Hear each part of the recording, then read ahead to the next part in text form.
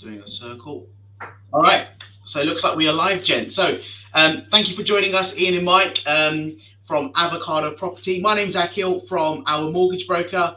I am delighted to have the gurus in both sales and lettings all over the southeast of England, Ian and Mike. Ian, thanks for joining us. Thanks for having me on. Looking forward to a lunchtime chat on a Monday with you, Akhil.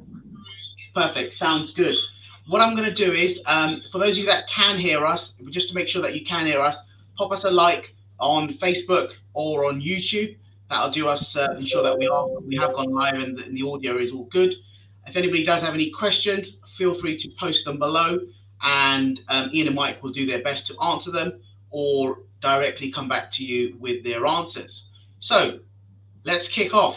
Ian, you're the sales guru. Mike, you're the lettings guru. Who wants to go first? I would always say Mike first. All right, we've got Big Mike in the hot seat, and he's pink.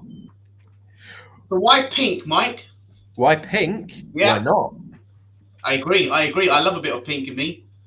No, the company branding on the pink hoodies, the depth of it was basically what's the furthest we can go from the standard estate agent look of a navy blue suit and brown shoes, and there's not much more than a bright pink hoodie to say we're different. So it's a kind of visual representation of what we do as a business in dress sense. Sounds good. All right, so I've got some questions lined up for you, Mike. Hopefully, you can share your experience and know-how and advice going forward. So let's go for it. So, in terms of lettings, how has the lettings market changed from 2019 to 2022? Okay, so biggest change for me is that last year in particular, roughly twice as many landlords are selling their properties as new ones buying buy-to-let properties, which is causing a real lack of supply to tenants.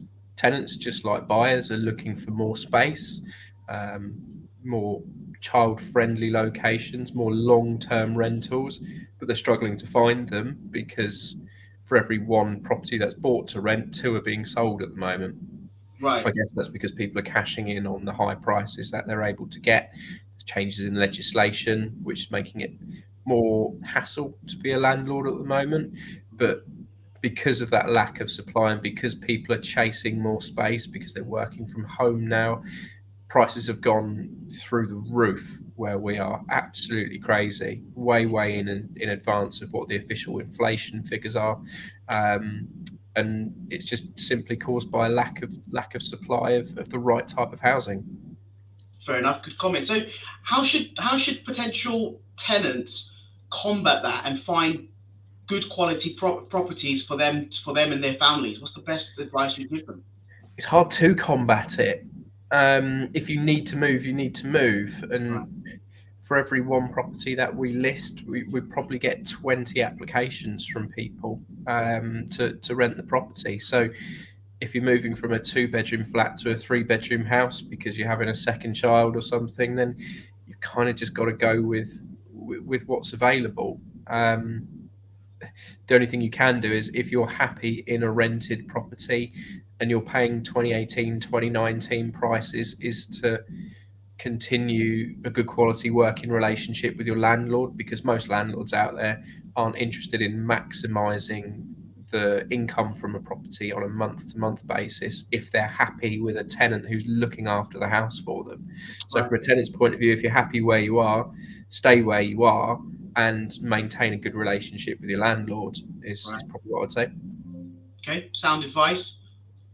Thank you for that. And are you finding a lot of people after any particular amenities when they're looking for these rented properties? Is it better Wi-Fi, more working from home space? Anything you would add there?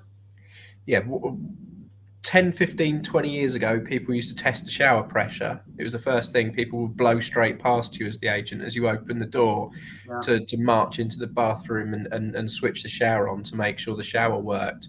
Now, the first thing that gets done is they'll open their phone up to look for reception and ask you who the broadband provider is. Does Virgin come into this street? Is it BT? Is it fibre? What can I get? And if you've got those details for people, that's incredibly important, because people will not stand for rubbish broadband because their employers won't stand for it either, because we have to be on these kinds of calls. And if Yeah. you're constantly dipping in and out, it's just going to cause hassle for your colleagues, let alone you. So that's a massive thing, and it's something that all agencies should be providing the information for their tenants. Perfect. Thank you. Are energy bills, there's a bit of a hot topic at the moment, are energy bills becoming a bit of a factor when people deciding on what properties to move into, especially the old, the early 1900 properties? Not as yet, but I think it will do. I think affordability is going to become a real factor, and with energy bills going up potentially 50% plus, people are going to start looking at, well, is this house going to cost me a lot to run, or is it going to be a cheap house to run? At the moment, because the choice is so limited, people have a lack of options. So if it's in the right town, in the right place, in the right school catchment area, even if it is a bit drafty, they'll probably go for it. But long term, if energy prices do what they do, traditionally we have a multiple, so a tenant must earn 30 times 1 month's rent in order to afford the property. So if they're renting at £1,000 a month, their income must be a minimum of £30,000.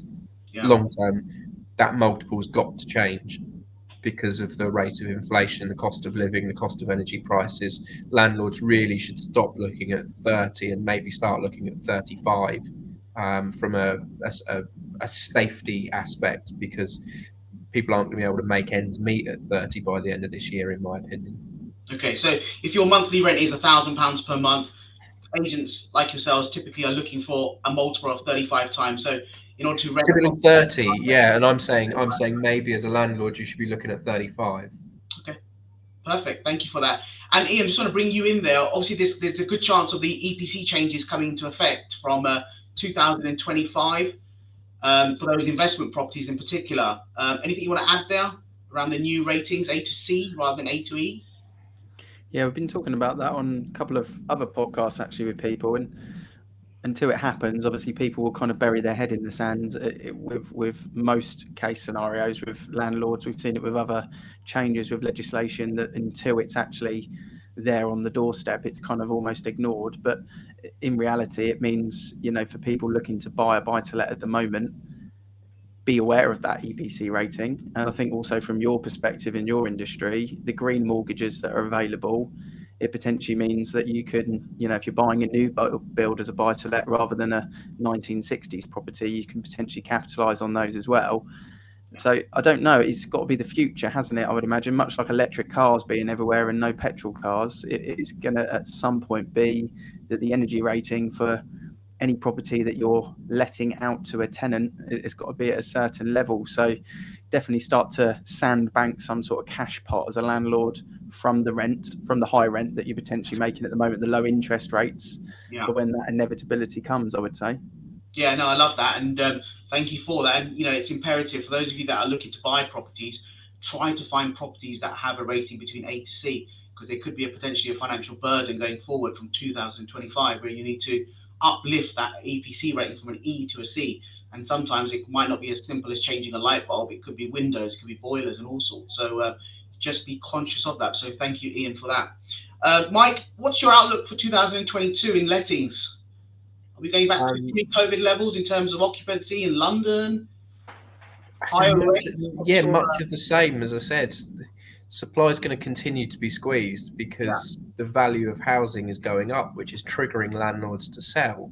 And the majority of landlords are amateurs. So if they see a profit, quite often they will cash in, particularly with the latest white paper, which obviously the EPCs are part of that. The government are going to make it harder for landlords to be landlords if they look after the properties themselves. So I think we'll continue to see a bit of a sell-off of investment properties, which is going to cause prices to go up. So the landlords who are left, whilst there's going to be a few more hurdles in place, potentially we'll see higher returns because they're left alone in the market, really. So it might be a market that becomes better returns for people. Sounds good. Thank you very much. For those of you that are watching us on Facebook and YouTube, feel free to drop your questions below. We've got some questions coming through, so I'm going to share them in a minute. So if anybody does have any questions for Mike in particular with the lettings industry, or Ian in the sales market, please do drop your questions down below. Just going to Facebook here, I've got a question from Ellen Deverell. What advice is there for investment buyers when first-time buyers are willing to pay 10 to 15,000 more? Is it still worth people getting a buy-to-let? Maybe both you can shed a bit of light on that. Ian first. Well, definitely worth getting a buy-to-let, because I think a first-time buyer and a buy-to-let investor are looking to purchase for very different reasons and very much therefore different types of criteria. Sometimes they overlap, and then you're in competition, emotions versus finances. At the moment, probably the emotions will take over and you'll pay over the odds for it as a first-time buyer, like Ellen says. But as a buy-to-let investment, as long as the finances look correct, you can't really lose in this market. I think, me and Mike have said that before. Interest rates are so cheap for a buy-to-let mortgage, and money that you can make in savings is just nowhere to be seen at the moment. Even if you had all your money in the stock market starting the year, it was only a couple of weeks ago that everyone took a massive crash in their stocks and shares investment. So crypto the same, if you want to look into the kind of the futuristic type of investment strategies. But property stays strong, and property went up last year. So even if you do have to pay a bit more as an investor than you would like to, the reality is it's the fail safe. It's the one that you can't really lose on at the moment. And me and Mike had this conversation in the office probably only 2 weeks ago, and we said if you are paying 5% over market price for the right investment, really you're just buying next year's equity or this year's equity, because next year it will be up from that anyway. So definitely still be buying your buy-to-let investment if you've got the finances to do it 100%. Thanks for that, Ian. Mike? Yeah, I think there's a question to throw at you is, do you think interest rates now will be what they are in a year's time? So is it the cheapest time to lock in a long-term buy-to-let interest rate now? And the other side of the coin, or a way to rationalize overpaying for a house, is if 20 years ago I'd offered you a 4-bedroom house which was on the market for 90,000 but said you had to pay 95 for it, and it's now worth 500, would you have paid the extra 5k?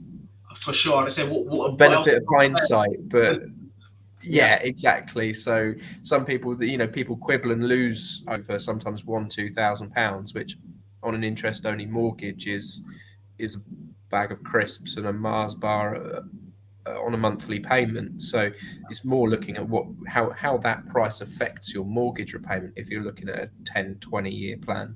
Yeah. No, from my perspective, we get these sort of questions all day long, and they're very relevant on a daily basis as well. There's a couple of things I always say to our clients is you've got to be mindful of investing in property, and it goes into the title, investing in property. Whether you're buying something at today's value or a future value, you've got to look at the future. And if you look at the market trend, and as you said, back in the 90s to where we are now in 2022, prices have only gone that way. We're going to see a few dips in the market. We saw it in 2009, and we saw it back in the 80s as well, where there has been collapses and financial crashes. But I always think you've got to remain optimistic, and it is a great asset class to invest into. With regards to the paying over the odds, and I would say if you are paying over the odds, and you and I have both seen this in the last 12 to 18 months, people have paid over the odds. It's factual information, but you've got to take a long view. And other than that, you've got to look at ways where, yes, you might have paid 10,000 over, but where can you add value into that property to recoup that 10,000 when you go to refinance in 2 years or 5 years time? So I think there's lots of opportunities to add value to properties.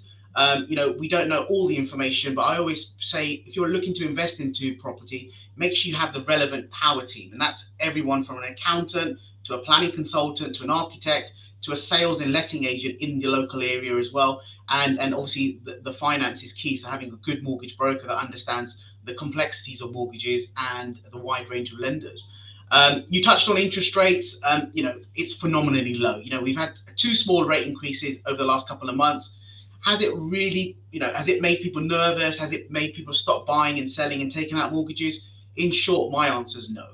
And I can't see anybody, taking their foot off the gas, because, even if even if Bank of England do increase their rates next month again, we're at 0.5%. Is it much of an increase? As you said, it's a couple of bags of crisps and a couple of Mars bars, even though I'm more of a Twix guy, but there you go. But anyway, but that's my short view. But thank you, Ellen, for your question there. I hope that's been answered by Ian and Mike. If anybody does have any questions, please do pop them into Facebook, and we'll do our best to answer those for you today. It's nice to have some numbers on our video here. It was a impromptu video that Ian and Mike jumped on, so thank you for joining me, guys. We've got a question from Tristan Lee. Tristan also works at Avocado Property, and he's head of lettings. Tell us a bit about this podcast that Avocado do. I love it. It's a weekly occurrence for me, and I love listening to what you guys have got to say with your guests. Ian. Yeah, so podcast is out every Friday. Appreciate the mention on it. I think we're up to about 16 episodes now. We've got anything from solicitors to mortgage advisors to landlords to accountants, and even your good self on there as well. So yeah, we've got all the bases covered, and at the moment it's just a great place for landlords to go to get some free content and advice without being sold to, and that's the principle of the podcast. It's normally about 40 minutes per episode, and it drops every Friday, so make sure you check it out, the Landlord page, and you'll find that on Spotify or Apple. But it's working really well, and Tristan and myself and Mike are kind of the hosts, if you like, with some fantastic guests, and we're learning a lot ourselves for each guest that we bring on. Perfect. Every day's a school day, and I think in our business, you can never know all of it, right? Yeah. So Tristan's question is, do you think the renters reform bill will cause more landlords to sell up, leaving less properties for tenants? And do you feel rents will continue to increase to do this? The arrow's been pointed.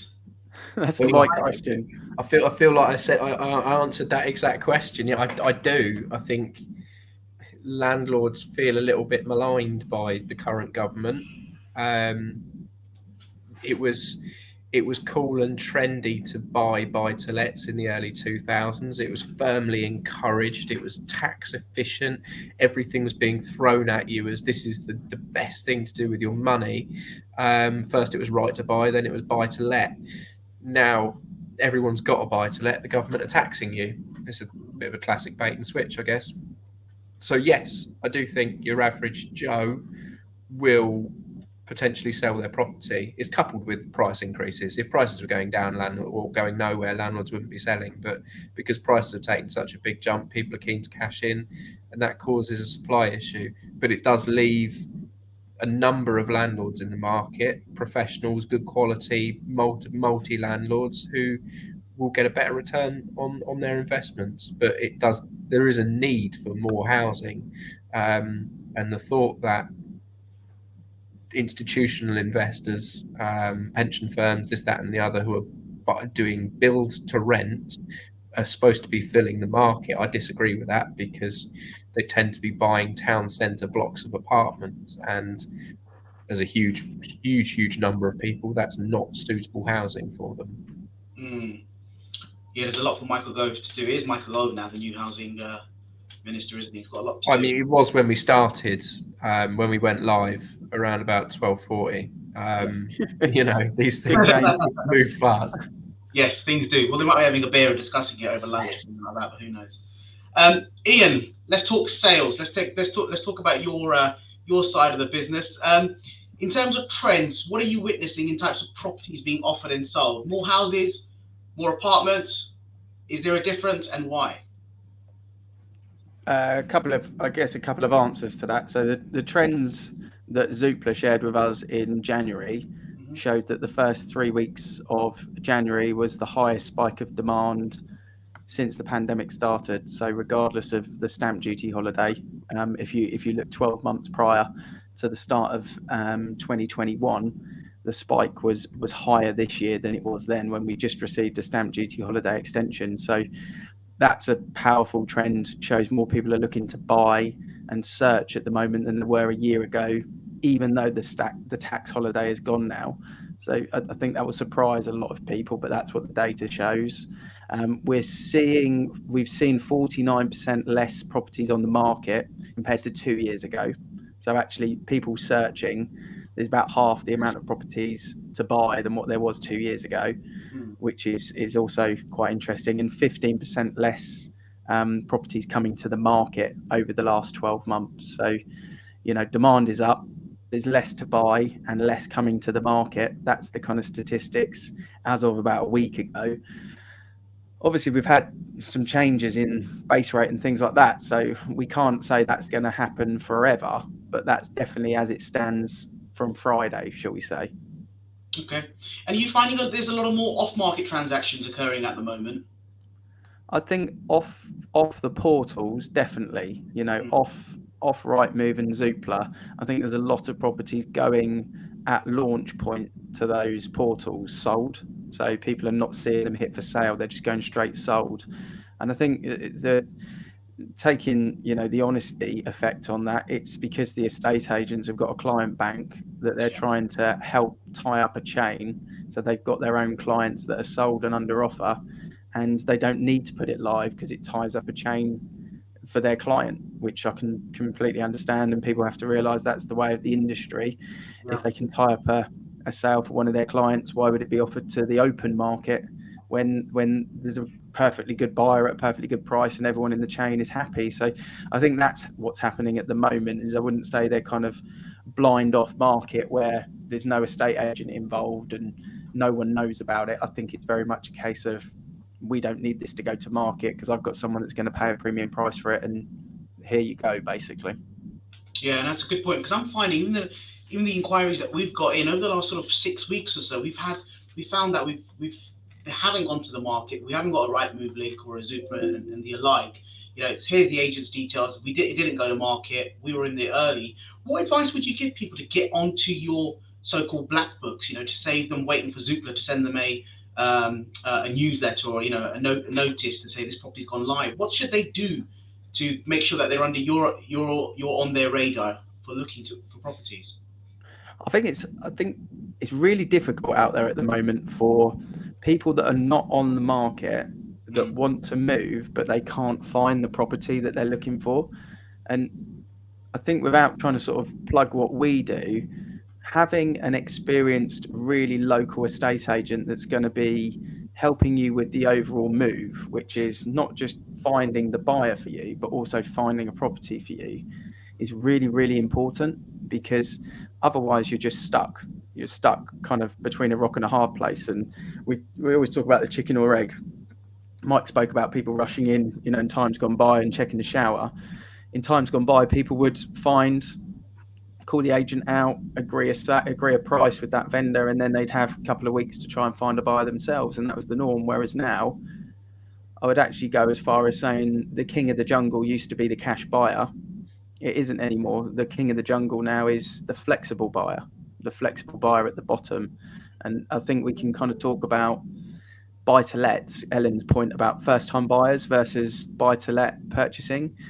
If a landlord or a future landlord is able to purchase a property and say, look, I want your property at this price and I'll wait 6 months for you to find because I got my own house, I'm not rushing to force you out. There's more power in that than anything else at the moment. So it's being clever in how you sell yourself to the agent and to the vendor, I would say. No, good shout. Thank you for that. I know we briefly touched on a couple of Bank of England rate increases the last couple of months. Any noise coming out from your potential vendors and buyers? Are they squeaky bum time, or are they confident in the UK market? I think we need a few more weeks to work it out. I would say at the moment, talking to people more in your industry, you always get those calls, don't you, from people straight afterwards, which is, what's happening to my mortgage, what's happening to my rates, is it going to cost me more? I think the media at the moment, if there's any scaremongering, is more around cost of living than it is cost of mortgage. I don't think there's too much concerns on interest rates.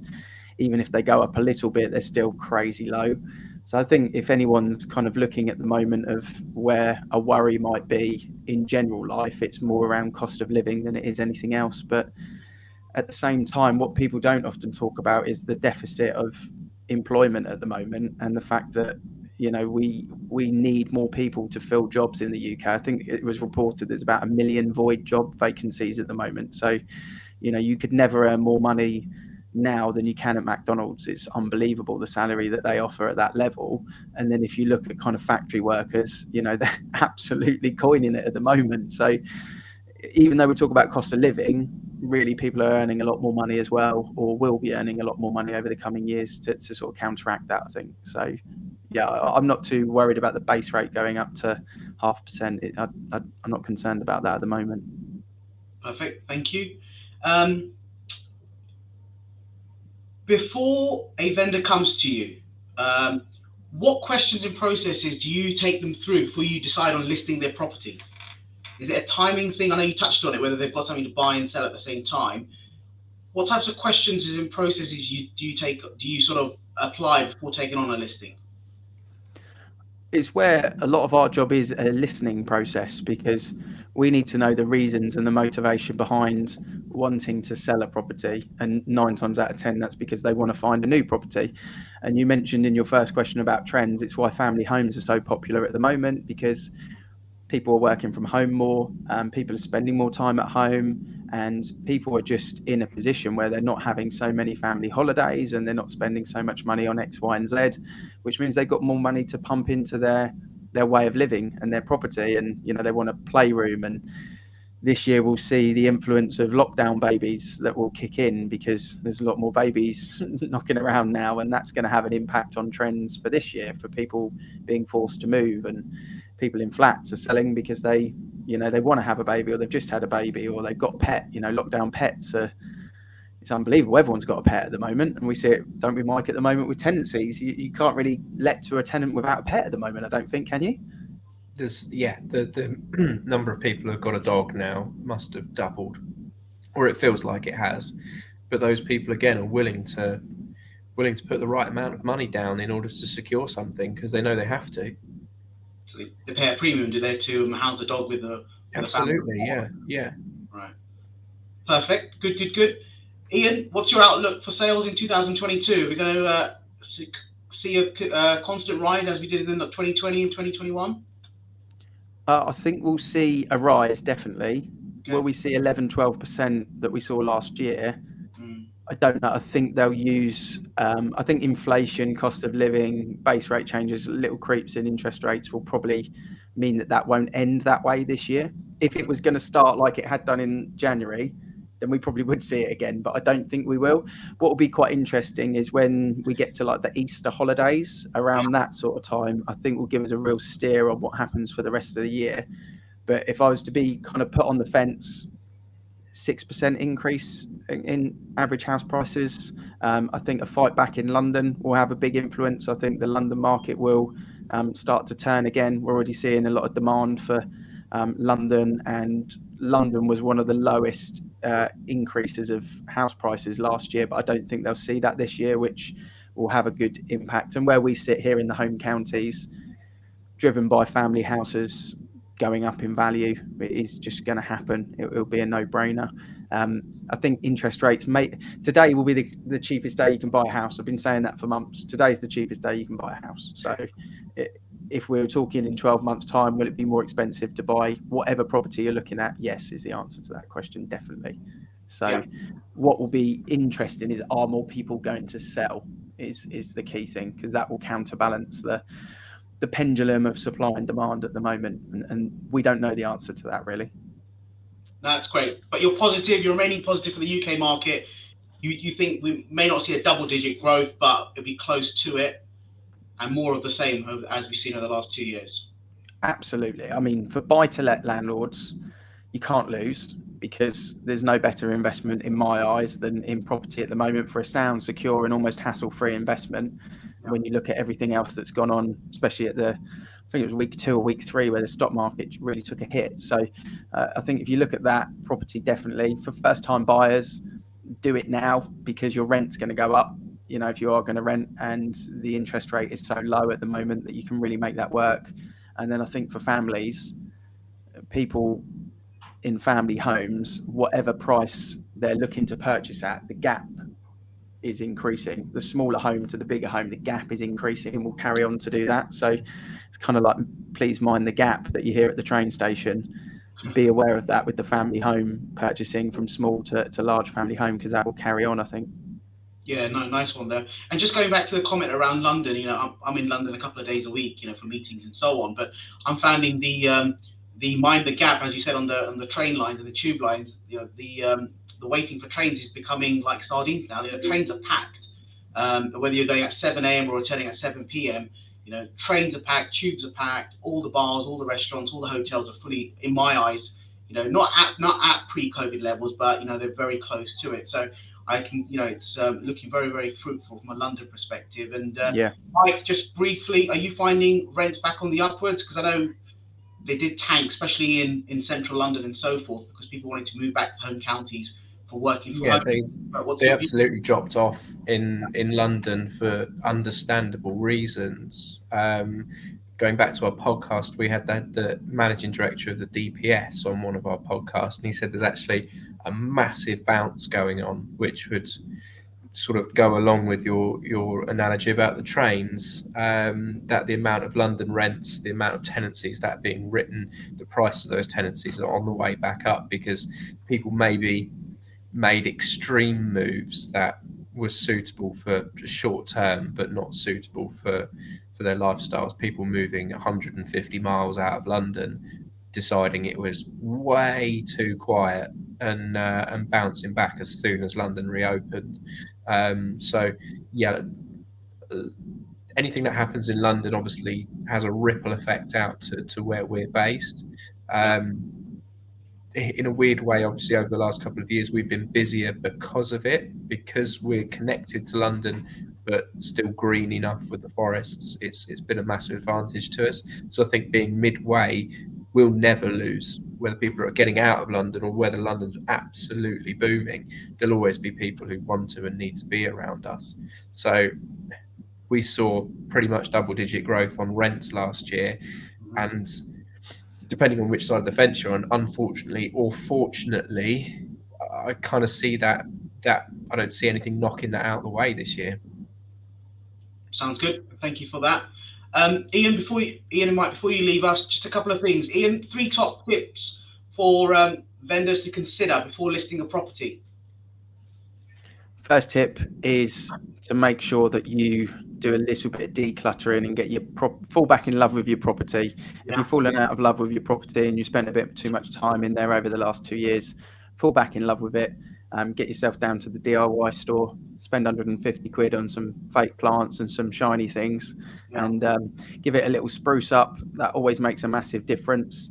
I would also say the budget planner that you can download on a lot of banks or brokers' websites, the budget planner, I think that's quite important at the moment, because although it is cheap on interest rates, just make sure that you've got your cost of living stats right, that you've got your council tax right, your utilities right, know what it is when you're looking to do a 200 grand jump up or whatever you're looking to do on your upsize. So definitely get your budget planner kind of on point.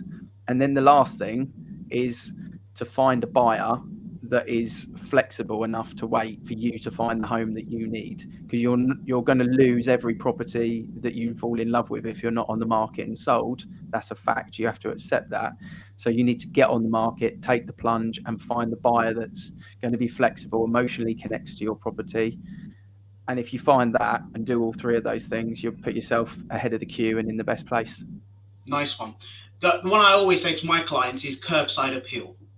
And what I mean by that is making sure your property looks attractive on the front of it, because most properties that are listed on the agent portals, Rightmove and Zoopla, they show the frontage of the property. So for me, it's always curbside appeal, and make sure you've got the right agent that's going to show off your property in its in its biggest capacity. So whether it's drone shots, videos, colourful, bright interiors and so forth. And don't get an agent in when it's raining outside, because it's not gonna sell and look as beautiful as it would in the sun. But you guys at Avocado do a great job of that, and that's just a plug from my side. But for those of you that are watching this and don't know who Avocado are, don't take it from me if you don't want to, but look on the sales portals and look at the quality of pictures as well as the video and drone shots that these guys do.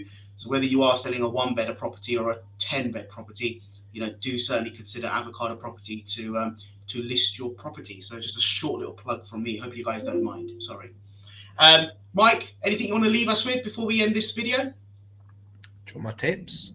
Tips for a landlord, tips for a tenant. Yeah, sounds 3 good. tips. Sure, thank you. If you're a landlord looking to market your property, get it cleaned. The first and foremost is get a clean property, impress someone, show some love.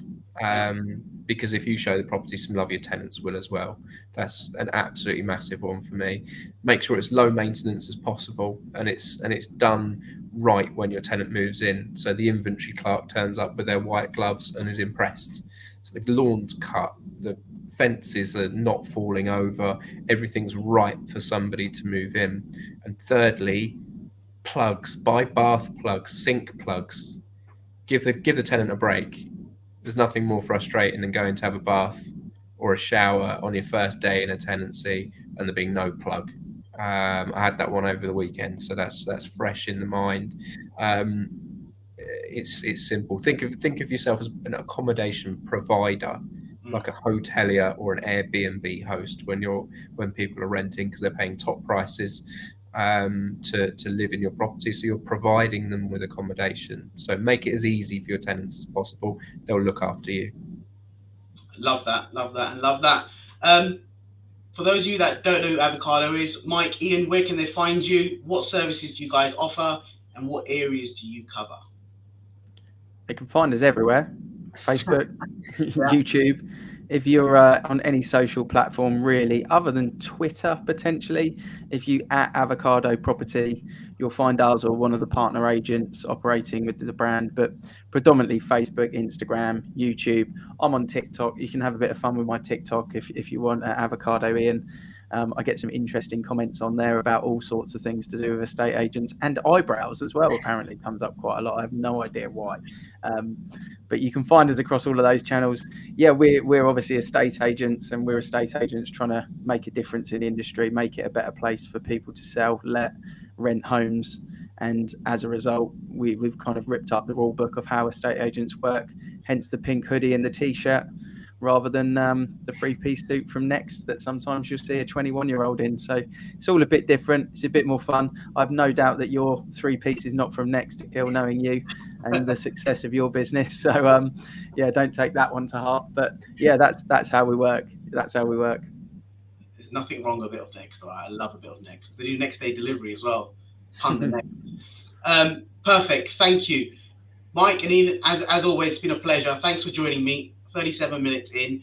Thank you for those that are left comments and lots of likes. You know, as I said, do contact Avocado Property directly through their website. If anybody does have any questions related to mortgages and real estate finance, you can contact us via our website, ourmortgagebroker.co.uk, and we look forward to hosting another video with you guys very, very soon. So Ian and Mike, once again, thank you very much. Thank you. Thanks, everyone. Take care.